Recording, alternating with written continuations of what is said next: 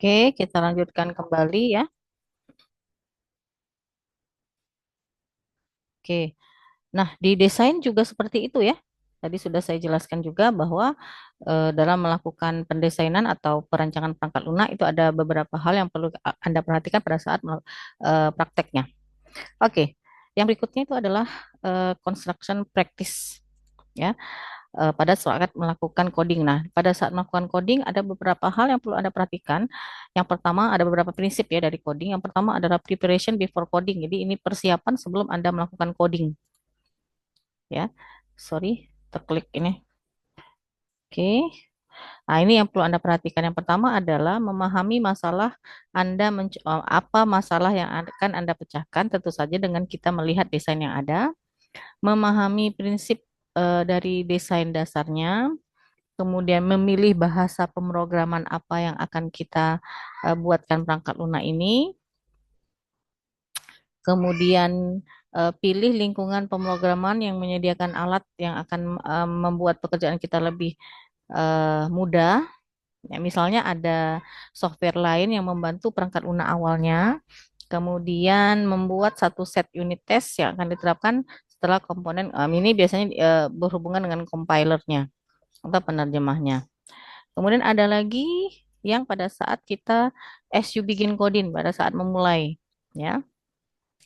Oke, yang pertama itu adalah batasi algoritma Anda dengan mengikuti praktek pemrograman terstruktur. Nah, biasanya kan kalau kita mau ngoding, kita membuat beberapa algoritma ya, algoritma pemrograman. Kemudian pilih struktur datanya yang sesuai dengan desain. Struktur data itu apa coba? Ada yang bisa bantu jawab? Kalau struktur data KHS, nah, KHS itu di dalamnya ada apa saja? Kisah jawab saya jawab aja langsung nanti lama. NIM, oke. NIM itu tipe datanya apa? NIM itu kan hanya angka. Oke, kalau angka saja tipe datanya apa? Misalnya tipe datanya integer. Ya, berapa panjang karakter NIM? Misalnya ada 8 karakter. Nah, itu yang dikatakan sebagai struktur data. Jadi sebelum kita coding ya harus tahu dulu struktur data dari masing-masing data yang akan kita buat perangkat lunaknya. Oke, memahami arsitektur perangkat lunak dan membuat antarmuka, kemudian menjaga logika kondisionalnya, kemudian membuat looping bersalang, pengulangan. Ini codingnya ya, Nak ya, codingnya. Biasanya kan kalau kita membuat program itu ada istilah looping. Ya, looping itu pengulangan. Nah, pengulangan.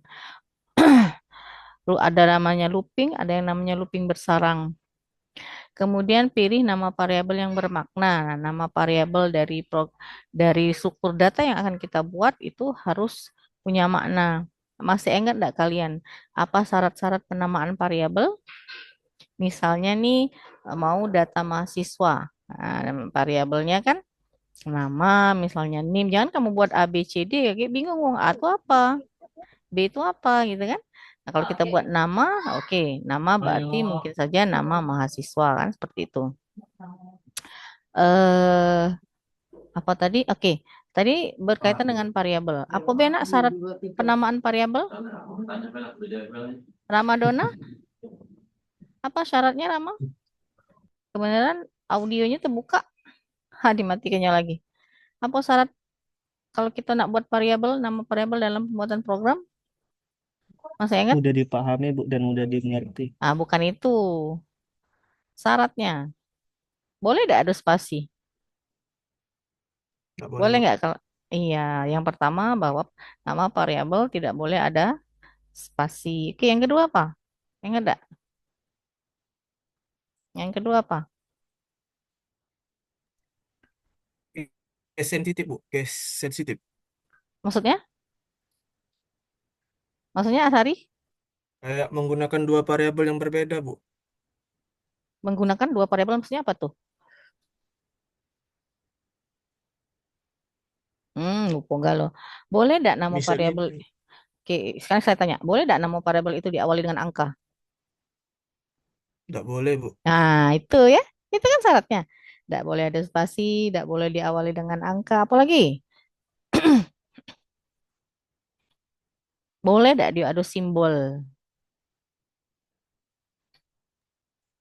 Nggak Boleh boleh. enggak? Simbol yang seperti apa dulu tapi kan. Nah, itu semua harus Anda perhatikan pada saat Anda ngoding. Nah, itu ya, itu maksudnya ya. Hal-hal yang seperti itu harus Anda perhatikan. Oke. Menulis kode yang mendokumentasikan diri ya, maksudnya bahwa coding yang kita buat itu harus didokumentasikan. Ya. Kemudian membuat layout visual. Ini sebenarnya gambar ya, gambar dari apa yang akan kita buat sebagai coding. Oke, yang berikutnya itu adalah prinsip coding after completing the first round of code. Jadi pada saat kita melakukan coding, apa prinsip pada saat after completing jadi pada saat pertama kali udah selesai gitu ya. Apa yang kita lakukan? Nah, ini mau mengolah data mahasiswa. Oke, kita nginputkan variabelnya NIM, nama, kelas dan seterusnya. Nah, itu semua lah selesai kita buat codingnya mulai dari begin sampai dengan end misalnya ya. Nah, apa yang kita lakukan ini? Bisa kita lakukan tiga ini. Melakukan panduan codingnya, melakukan test unit. Biasanya kan kita testing dulu ya, apakah ada error, compiler ya, kita compile dulu. Apakah ada error, errornya di baris keberapa, dan seterusnya, dan seterusnya. Ya, oke. Ini adalah eh, testing principle. Nah, prinsip-prinsip yang kita perlu perhatikan pada saat kita melakukan testing. Ya, semua tes harus bisa dilacak. Oke, kemudian pengujian harus bisa direncanakan sebelum pengujian itu dimulai. Prinsip Pareto, ya, bahwa 80% kesalahan itu terungkap pada saat kita melakukan pengujian dalam 20% code. Pengujian harus mulai dalam hal kecil dan kemajuan ke arah pengujian yang besar. Yang kita uji biasanya unit testing dulu, baru pengujian terintegrasi, pengujian validasi, sampai dengan pengujian sistem. Jadi unit itu misalnya coding kita sub bagian ini kita testing dulu, oh udah jalan, udah berhasil menghasilkan laporan. Nah, baru antara satu unit dengan unit yang lain harus kita integrasikan. Baru valid nggak dia? Nah, baru keseluruhan. Nah, itu ya. Pengujian mendalam itu tidak mungkin dilakukan. Nah, ini adalah sasaran dari pengujian atau tes objektifnya bahwa pengujian itu adalah proses eksekusi program dengan maksud menemukan kesalahan. Ya kan? Kayak kita nih absen apa pertama kali hal yang perlu kalian mungkin temukan pada saat kamu melakukan absen di kelas. Coba, ada yang bisa bicara? Apa dulu? Pernah tidak kamu pada saat nyeken di HP kamu itu tiba-tiba tidak terdetek di situ atau absennya belum hasil? Pernah nggak? Pernah pasti Pernah, kan? Bu. Nah, iya, pernah. Itu gara-gara apa itu? Coba ada yang bisa tahu itu gara-gara apa? Gara-gara apa coba? Gara-gara jaringan. Temenmu bisa, kamu nggak bisa. Oh, jaringan kamu nih, wifi-nya. Ya kan? Ibu baik kalau nak ngabsen ngajar gitu di kampus itu harus keluar dari ruangan pengajaran dulu. Nah, Bisa. baru bisa terbuka dan baru bisa scan barcode-nya. Ya, oke. Kemudian yang terakhir itu adalah deployment. Deployment tahap yang berikutnya. Nah, ada juga beberapa prinsip yang harus kita perhatikan pada saat kita sudah selesai nih codingnya nih. Nah, sekarang kan berarti deploymentnya.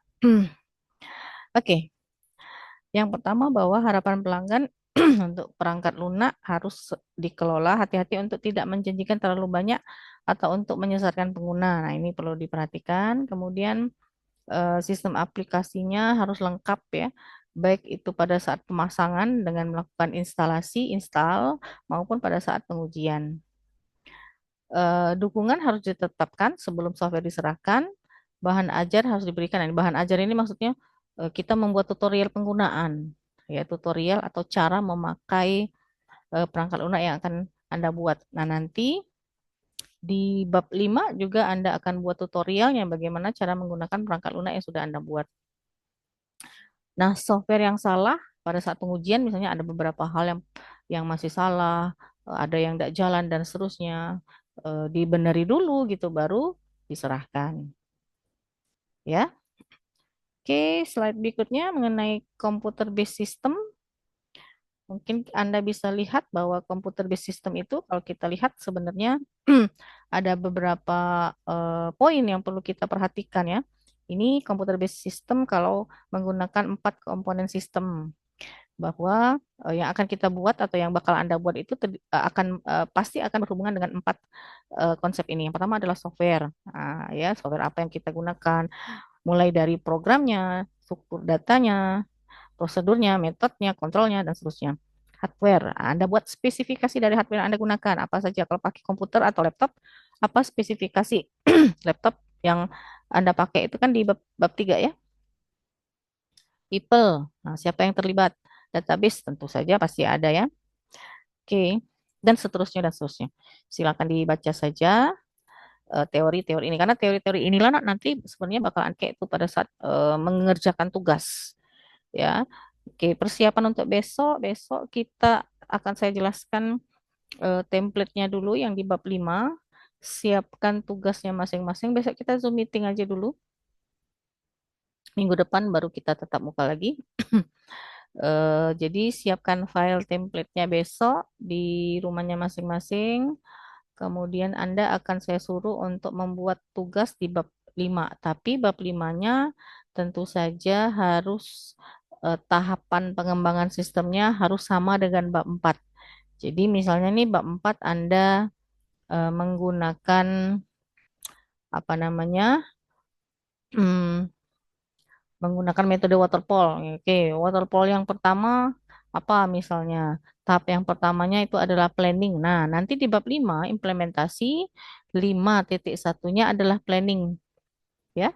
Jadi besok teori tentang semua tahapan pengembangan sistem dibuka karena kita akan langsung membuat bab 5. Waktunya sama seperti yang kemarin 1 minggu.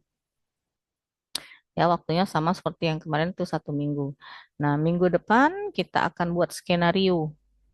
Ya, kita akan buat skenario itu tentu saja ada kaitannya dengan eh, bab 3 kalau nggak salah yang bagian fungsional.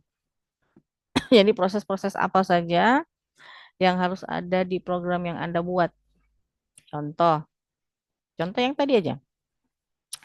Kamu mau buat KHS. Oke, sebelum mengelola kartu hasil studi, ada data apa dulu yang mesti Anda masukkan? Oke, kelola KHS. Sebelum kelola KHS berarti kelola mata kuliah dulu ya. Oke, kelola mata kuliah. Sebelum mata kuliah di entry, apa dulu nih yang mesti Anda perhatikan? Oke, kelola data program studi. Nah, jadi ngentri data program studi dulu, baru ngentri mata kuliah, baru ngentri KHS-nya. Ya, sebelum KHS mungkin mahasiswa dulu, ngentri data mahasiswanya dulu. Nah, itu minggu depan. Jadi di minggu depan itu saya akan jelaskan bagaimana Anda mengisi tabel di skenario, tapi Anda siapkan nih proses-proses apa saja yang bakal ada di program yang bakal Anda buat. Ya, Anda siapkan aja nih sub-subnya. Oke, misalnya tentang apa nih? Tentang eh, apa ya? Penyewaan lapangan basket. Oke, penyewaan lapangan basket data apa dulu yang mesti Anda masukkan? Oke, yang pertama adalah data pegawai, ya kan? Yang kedua itu adalah data konsumen atau apa namanya pelanggan. Yang ketiga baru data biaya sewa lapangan, ya kan? Yang keempat baru sewanya. Yang kelima laporannya dan seterusnya. Nah, itu nanti kita buat sebagai skenario, ya. Jadi siapkan dulu poin-poinnya apa saja yang perlu, sama kayak Siska tuh. Siska yang perlu apa dulu nih? Oh, di dalam Siska itu ada data mahasiswa, ada data mata kuliah, ada data perkuliahan dengan KRS dan KHS, ada MBKM, ada presensi. Ah, itu poin-poinnya dulu. Ya, poin-poinnya dulu silakan siapkan berdasarkan objeknya masing-masing untuk minggu depan ya, siapkan. Nah, untuk minggu ini silakan tanyai objeknya masing-masing karena kita akan buat proses bisnis. Ya, misal tentang Apa nih? Yang tadi deh, eh, penyewaan lapangan basket apa lapangan futsal. Nah, prosedur nyewa seperti apa? Nah, dijelaskan di proses bisnis. Data-datanya dokumentasi dari data penyewaan lapangan yang ada saat ini difoto atau di-scan untuk nanti kita masukkan. Oh, ini selama ini kalau wong nyewo lapangan futsal ini nota bayarnya. Oh, oke, dipoto, dimasukkan nanti di proses bisnis. Laporan bagi pegawai untuk diserahkan ke pimpinan seperti ini, misalnya tulis tangan atau apa silakan dipoto. Jadi semua dokumentasi dari sistem yang lama siapkan besok karena bakal Anda buatkan sebagai ininya, sebagai buktinya untuk Anda masukkan di dalam proses bisnis. Oke? Sebelum Ibu absen, absen keluar ya. Kalau kemarin-kemarin Ibu malas ngelik, ngelik absen keluarnya. Bu, mau nanya Bu. Oh iya, boleh. Siapa itu? Siapa? Sebutkan namanya. Ini Bu, Dea Bu. Dea, kenapa Dea? Kan di template Ibu kemarin di daftar isinya bab 4 tuh ada poin-poinnya Bu ya. Tapi di bawahnya tuh di template tugas Ibu kemarin tidak sinkron dengan dari daftar isi sampai Oh yang iya, bawahnya Bu. iya, daftar isinya diperbaiki. Jadi pakai yang mana Bu? Yang Ngirim bab. daftar isi atau Daftar bab isi 4-nya tuh cuma metode aja? Daftar isi diabaikan sesuaikan dengan penjelasan Ibu. Oke, baik Bu. Ah, Berarti yang di bab 4 itu cuma metode sama metode pengembangan ya implementasinya diperbaiki, aja. ya diperbaiki. Diperbaiki. Oke, Bu. Oke. Ada lagi? Oke, Ibu absen ya. Yang hadir aja tadi Aldi Aresta. Hadir Bu. Oke. Oh ya, sudah semua ya. Oke. Ada lagi yang mau ditanyakan? Ada lagi nak? Absen absen ini aja biar Ibu B. Soalnya susah ini. Ada lagi yang mau ditanyakan? Selain Dea, tadi ada satu lagi itu siapa tuh? Bu, saya Bu, Isinya Bu. Idris Aditya. Oke, Idris ya. Ya Bu, Oke, Idris ini apa? masalahnya, ini masalahnya kan Idris tuh yang bab empatnya itu kan kan Idris kan web engineering kan Bu. Nah, Mm-mm. itu tuh datanya tuh sudah ada Bu. Data apa namanya pesertanya. Ini data yang masuknya, LPK masuknya Bu. Nah, itu tuh dibuat kayak mana Bu? Yang Data bab 4 ke bab 5-nya. bab 4 itu kan konsep teori dari metode pengembangan perangkat lunak. Mulai dari definisinya, konsepnya, tahap pengembangan perangkat lunaknya, kekurangan dan kelebihan dari metode. Nah, bab 5-nya itu tuh langsung ke ini ya Bu, langsung ke apa namanya? Tabelnya atau Bab kayak 5, gimana Bu? bab 5 akan saya jelaskan besok. Oh, oke Bu. Besok ya, Idris. Ya Bu. Oke, ada lagi? Izin bertanya Bu. Ya, siapa namanya? Yohanes, oke. Ya, ya Bu. Masalah dokumentasi tadi Bu. Mm-mm. Misalnya kalau tentang penyewa lapangan kan, tentang ada mungkin notaris sewa lapangan kan Bu seperti itu. Nah kalau Yohanes ini kan sebelumnya kan eh, tujuan pembuatan aplikasi ini kan untuk pengecekan barang masuk dan barang keluar dari gudang ke toko penjualan kan. Mm-mm. Nah kalau misalnya nggak ada dokumentasinya gimana ya Bu? Karena selama ini kan tidak ada se apa pencatatan Bu. Diceritakan Berapa aja, barang keluar diceritakan aja. diceritakan aja ya Ah, Bu. ah. Kalau Baik yang ya tidak, baik Bu. ya yang selama ini ada misalnya cuman komunikasi atau apa, ceritakan aja. Prosedurnya Ya seperti baik apa? Bu. Oke. Ada lagi? Cukup? Nggak ada lagi yang mau bertanya? Oke. Ini Aldi Bu. Oke, Ini Aldi. tadi kan Zoom yang pertama tadi kan saya telat nih Bu, tapi saya sudah nginfo di dalam Zoom. Nah, sama yang Zoom yang kedua ini juga saya ngikutin. Jadi Tidak tadi ada lagi nih. di jalan. Ada Oh nih ada ya Bu ya? Aldi siapa namamu? Aldi Rahmadi Bu. Oh, belum. Kalau Aldi Rahmadi, Aldi satunya. Oke, Ibu set. Masuk dulu. Ya Bu, Sudah. makasih Bu. Oke, ada lagi, Nak? Oke, kalau tidak ada, saya rasa cukup dulu hari ini. Kita ketemu lagi besok ya, sesuai dengan jadwal. Jam berapa kita ketemu? Setengah dua ya.